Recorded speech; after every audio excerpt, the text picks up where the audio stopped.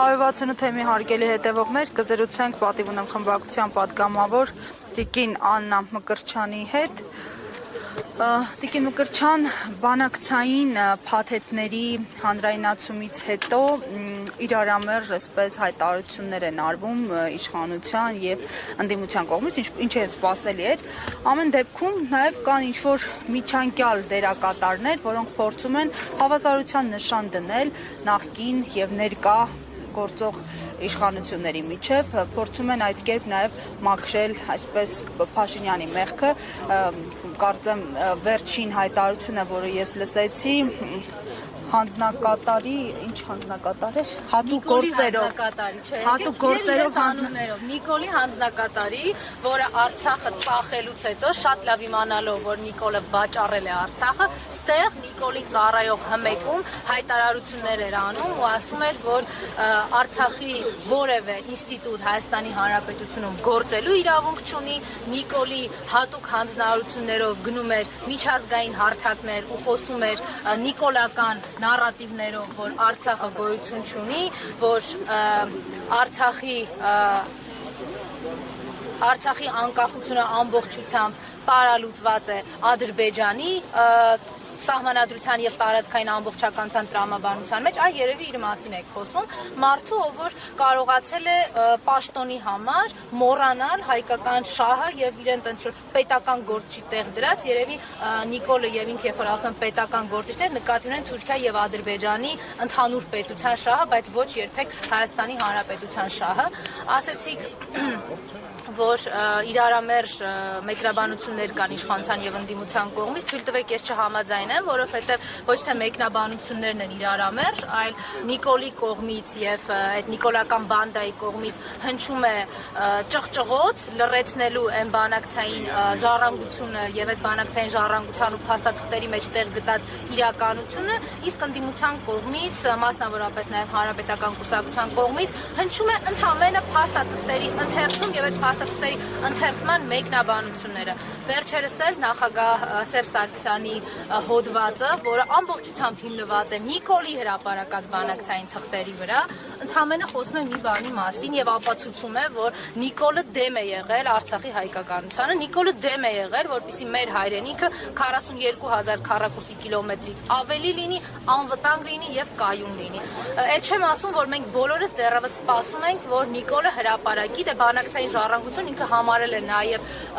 տարբեր հարց ու պատասխաններ, հարցազրույցներ եւ այս տրամաբանությունը հուշում է, որ անպայմանորեն պիտի հրապարակի նաեւ լիֆտում Ալիևի հետ իր խոսակցությունը, մեծ բոլորից դա շատ հետաքրքիր է։ Նիկոլը անպայմանորեն պիտի հրապարակի այն ծրարը հայտնի, որ ստացել է Ալիևից, Ալիևի աշխատակազմի միջոցով, թե ինչ ա եղել այդ ծրարի մեջ, մեզ դա շատ հետաքրքիր է։ Թույլ տվեք նաեւ հիմնավոր կասկած հայտնեմ առայն, որ այնտեղ ուղղակի Արցախի վաճառքի գինն էին պայմանավորում եւ Հայաստանի շահը դավաճանելու գիններ պայմանավորում, բայց մեզ դա էլ է հետաքրքիր, որտեղ դա մեծ նշանակություն ունենալու Նիկոլի մեղադրական եզրակացության համար։ Եվ այս ամենը չի կարելի նաեւ անմասն դիտարկել այսօր Արցախի Հանրապետության ներկայացուցչությունում տեղի ունեցող բանդիտական հարձակումից։ Ես ընդհանրապես խորհուրդ եմ տալիս բոլորիս այլևս իրենց անուններով կոչել։ Մենք մի հատակի այն մակարդակին ենք հասել, որ այլևս ձևական իմաստով քննչական գործողություն, այս շենքին դատարան անվանել, Նիկոլա հպատակ իրավապահներին դատախազություն կամ քննչական անվանել, չէ, դա ճոխություն է, շռայլություն է, մենք դրանից օգտվել չենք կարող։ Ակնհայտ է, որ երեք Արցախի ներկայացուցչությունում հնչել է Արցախի Հանրապետություն բառակապակցությունը, դրանից գազազած Նիկոլի Ալիևի ստրուկ Նիկոլը ուղարկել է իր հպատակեցված համակարգին ճնշելու այնտեղ գտնվող մարդկանց, բայց թույլ տվեք նաև մտածեմ, որ հնարավոր է նաև Ալիևի կողմից հրաման է իջեցվել Նիկոլին գտնելու այն հրամանագիրը, որով չեղարկվել է Արցախի Հանրապետության լուծարումը կամ միգուցե գրիչն են ման գալիս, որ տանեն հանձնեն Ալիևին։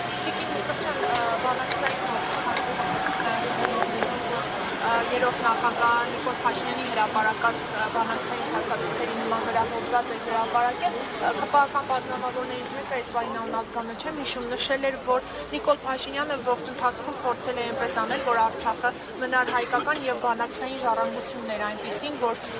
ելքը եղավ այսպես։ Նիկոլը անդադար փորձել է այնպես անել իր գալու առաջին իսկ վայրկյանից, որ Հայաստանի Հանրապետությունը փոքրանը, Հայաստանի Հանրապետության գործոնը զրոյանը, ինչը ուղղակիորեն բերելու էր Արցախի Հանրապետության չգոյությանը։ Մարդը, երբ որ հայտարարում է զրո կետից է բանակցում, մարդը, որ հայտարարում է ինչ ուզում եմ, էդ էլ բանակցելու եմ հանգիստ վերենգեք տեղները։ Այս մարդն է Հայաստանի ու Արցախի շահում։ Չէ, ինքը 2018 թվականից 2020 թվականները ոչ բառացի եւ ոչ ուղղակի հայտարարում էր, որ վեշերներդ հավաքեք ձեր գյուղերից ու քաղաքներից, հիմա ուղիղ ասում, վեշերներդ հավաքեք ձեր եկեղեցուց գնացեք, որտեղ ես եմ գալու տեղ խմբագրած սեկտանտությամբ զբաղվեմ։ Երկրորդը հիմա ասում վեշերներդ հավաքեք այս երկրից։ Սա է այն նպատակը, որ ինքը հետապնդել է 2018 թվականից։ Հիմա ուղղակի 7 տարիներում արդեն իր բռնազավթումը եւ իր հիերարխիկ համակարգը բանդիտիզմի այնքան է ընդլայնվել եւ ամրացել ցավոք սրտի մեր երկրում, որ շատ